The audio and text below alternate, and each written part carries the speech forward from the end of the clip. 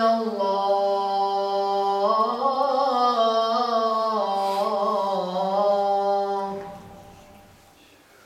Ashhadu anna Muhammadan Rasulullah.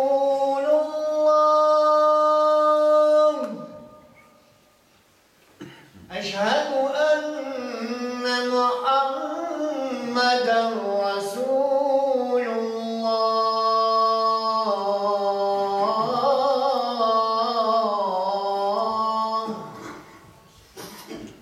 Hayya ala salam. Hayya ala salam.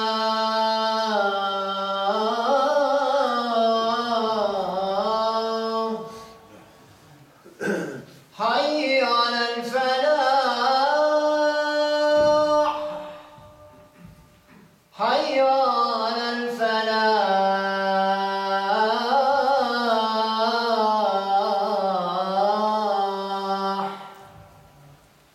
Allahu akbar, Allahu akbar. La ilaha illallah.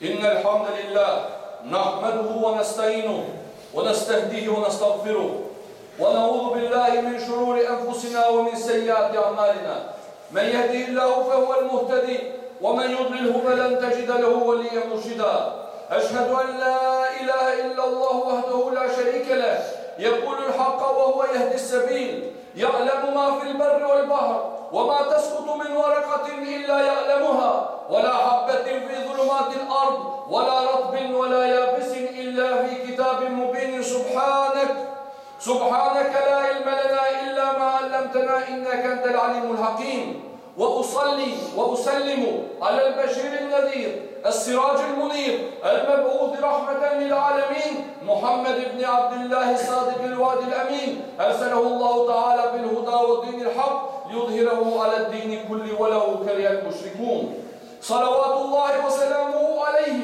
وعلى آله وأصحابه وأتباعه بإحسان إلى يوم الدين يقول الله عز وجل في محكم تنزيله بعد أعوذ بالله من الشيطان الرجيم بسم الله الرحمن الرحيم فذكر فإن ذكرى تنفع المؤمنين صدق الله العظيم. Të ndershëm vëllezër musliman, sfari falenderojmë Allahun xhalla shanuhu wa xhalla xhelaluhu që na bëri festar të ummetit të Muhammedit sallallahu alaihi wasallam dhe na bëri të mundshme që të tubohemi në këtë ditë xumaje në këtë vend, ta përkujtojmë Allahun xhalla shanuhu dhe ta çojmë në vend një nga urdhrat e tij, ta falim pra namazin e xumas. Allahu xhalla shanuhu inshallah ashtu siç na ka tubuar në këtë vend, na tubon edhe ditën e gjykimit në flamurin e pejgamberit sallallahu alaihi wasallam. Na bën me të shpëtuarit, na bën me shuhadat, me dëshmorët, me njerëzit e sinqert, me njerëzit të cilët janë afër Allahu xhalla shanuhu, edhe Allahu xhalla shanuhu inshallah na largof nga zjarri i xhehenemit.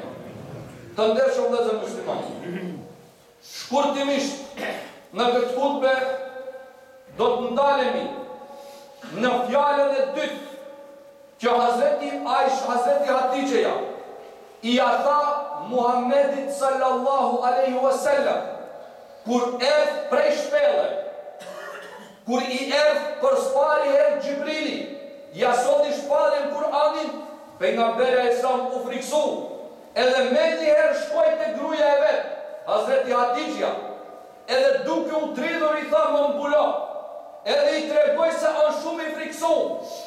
Hazreti Hatixheja ktheu edhe i tha, ty Allahu nuk të humb asnjëherë, la yukhzika Allahu abada. Allahu ti nuk të humbën asnjëherë, nuk lishon prej dore. Pse? Edhe ja përmend. E para që s'pjegum xhumën e kalume, në qoftë se ju kujtohet, ishte çka? Se ti e respekton farefisin. E para, ti e respekton farefisin, për atë Allahu ti nuk të humbë. Edhe ne këtë cilësi, si besimtar duhet ta kemi. E dita, që është tema e hutbes sotme, ti tha i ndihmon të vargurit dhe nevojtarit.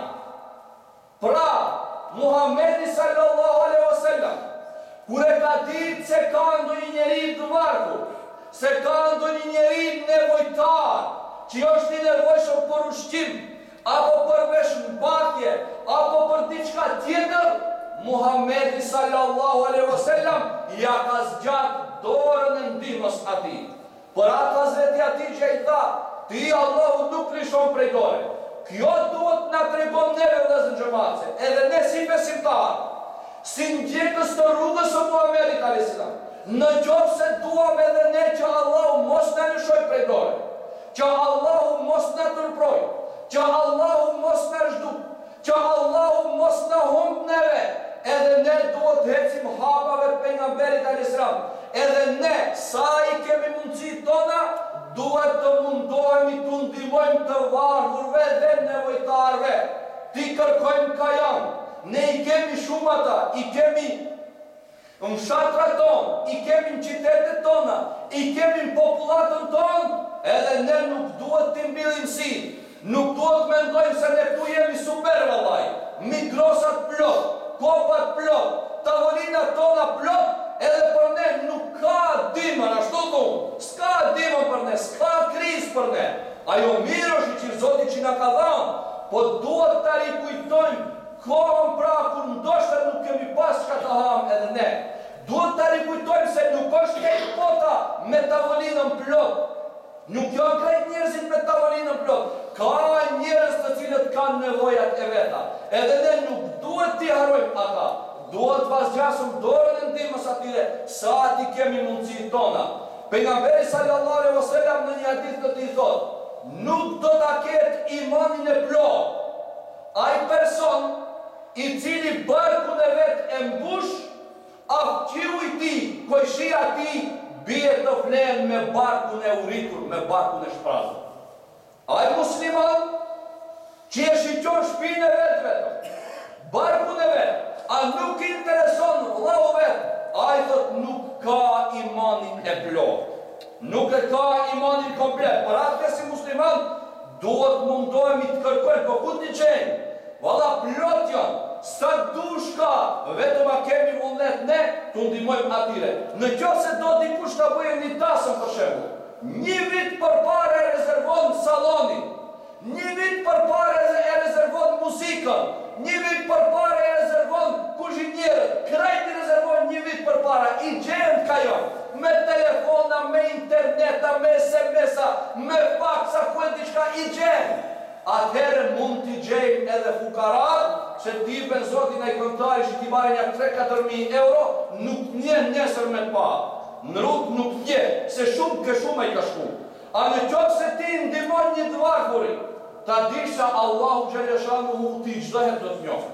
Allahu Gjeleshanuhu ti çdo herë do ta largojë të keqen. Por atëre, pejgamberi sallallahu alaihi wasallam me një hadith të tij thotë kështu: në ditën e gjykimit, Allahu Gjeleshanuhu do t'i drejtohet njeriu edhe do t'i thotë: o njeri, kam qenë i uritur, nuk kam hangër bukë, pse nuk më dha ti mu bukë?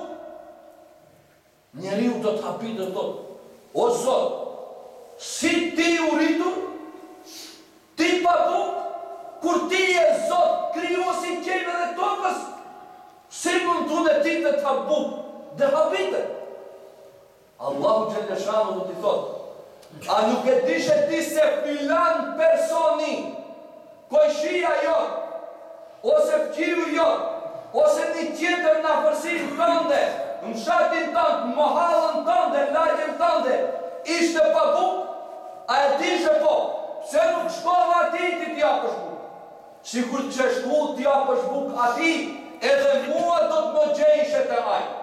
Pra, sikur ta ushqeshe ti atë varfërin, do t'ishte njëjtë si kur bukë të më ushqeshe, edhe që unë nuk kam nevoj për bukë. Ama, do të vinë të njëjtë pse, do t'a qojshe në vend urdhrin tim. Për atë pravde dhe të ndëruar, ne duhet qemi të kujdeshëm ndaj vëllezërve tanë, ndaj fukarave tanë, ndaj të varfërve tanë, ndaj nevojtarve tanë, që mos mendojmë vetëm për veten tonë, mendojmë për veten tonë, po në të njëjtën kohë të mendojmë edhe për vëllezërit tanë të cilat kanë nevojat e veta. I lutemi Allahu xhalla shanuhu që neve inshallah në rrugë të drejtë të na forcon, nga të këqija të na largon, pasurinë tonë të na shton dhe të na bën neve që fukarat, nevojtarët mos i harrojmë, por me mundësitë tona atyre të ndihmojmë, se kështu pejgamberi sallallahu alaihi wasallam na urdhron dhe kështu besimtari në këtë rrugë duhet të shkon. Ela inna ahsanal kalami wa ablagan nizam kalamullahi malikil qadir al azizil allam kama qala Allah tabaraka wa ta'ala fil kalam wa idha quriya al quran fastami'u lahu wa ansitu la'allakum turhamun.